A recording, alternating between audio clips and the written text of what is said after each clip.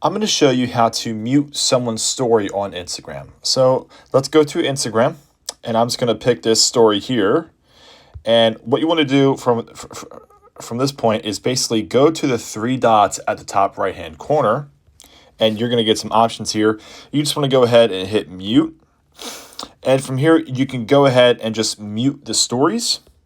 And then just like that, the story is muted, and then that user disappears.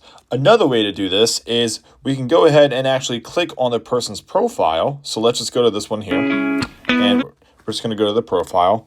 From their actual profile page, if you look at the following area at the middle of the screen on the left-hand side, there's a drop-down menu, and you can also mute from this point too.